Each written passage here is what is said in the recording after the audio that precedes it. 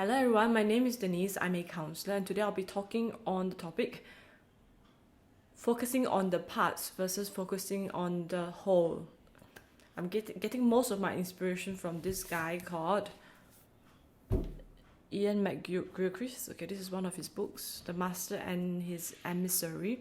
And there's another set of books I think that he's written recently. I can't at the moment, I don't know why, remember the full name of that, but you just look Ian McGilchrist, okay? So basically the premise of this book, he's a neurologist. He studied brains. He's also a psychiatrist. So through looking at real human brains and looking at all the brain scans and being a psychiatrist himself, and before he became a psychiatrist, he was also a study of English language and literature. So it's a very interesting mix of talent. I really think that this guy is brilliant. Anyway, he's saying that the right brain is the master and the left brain is the emissary. He always likes to use the analogy of a bird, right? A bird needs to be able to pick up sticks, like a very specific act to manipulate the environment, to use tools. Okay, so that will require the left brain to just be able to block everything out and focus on picking up that stick. The right brain is always aware of what's going on to prevent the bird from being eaten up by an even larger bird or other predator. So the right brain acts as the master, aware of everything, and the emissary is the left brain. Okay, so you can get a copy of this book and read it for yourself.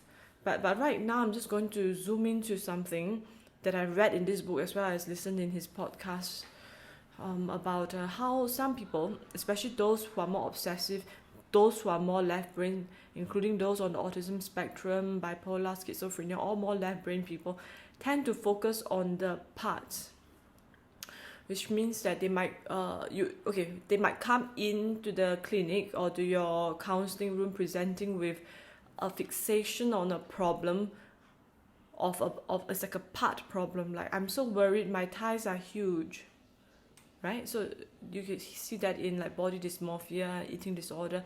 My thighs look huge, and they spend their whole time focusing on the thighs. Some people focus on on the hair, like I'm losing some hair, my hairline seems to be receding yearly, okay? Or some people might focus on things like wrinkles. Now when I smile, these wrinkles are deepening, you know? So these people tend to want to find solutions to these problems, right? Like those who think that the thighs are really big, they might want to restrict their eating. They might become bulimic. They might go and exercise intensely. Those with the hairline fears might go for all kinds of hair growth treatments or hair weaving. Some men are into that. Those who worry of wrinkles might go for fillers and Botox and all that. All those are fixation on a part. So you say, okay, that's good, right? I mean, like, looking beautiful, isn't it? Isn't it even something that I want, like Denise wants? Yes, it's true. But when we do that, we are, without knowing it, channeling a lot of our energies into fixing a part problem and hence missing out the full picture.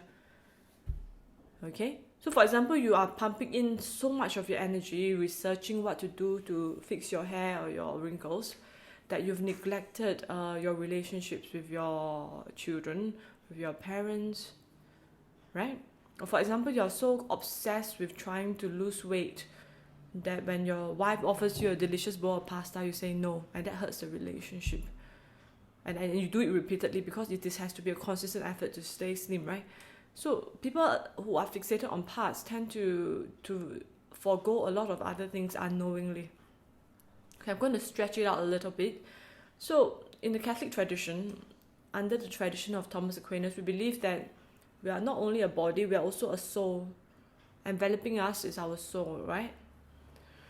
So, I mean, in this modern world, so much is preoccupied with the material that we forgot that there is a supernatural, invisible realm as well, and there's a thing called the soul.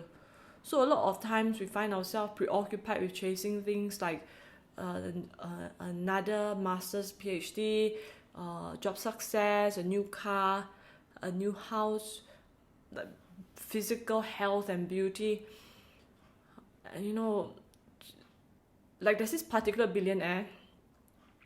Oh wait, just give me a minute. Let me check out his name. not very good at memorizing names.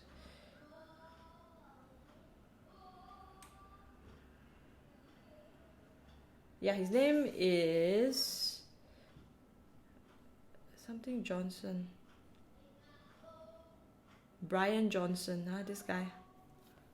Brian Johnson, he's spending billions, spends 2 million a year staving off aging.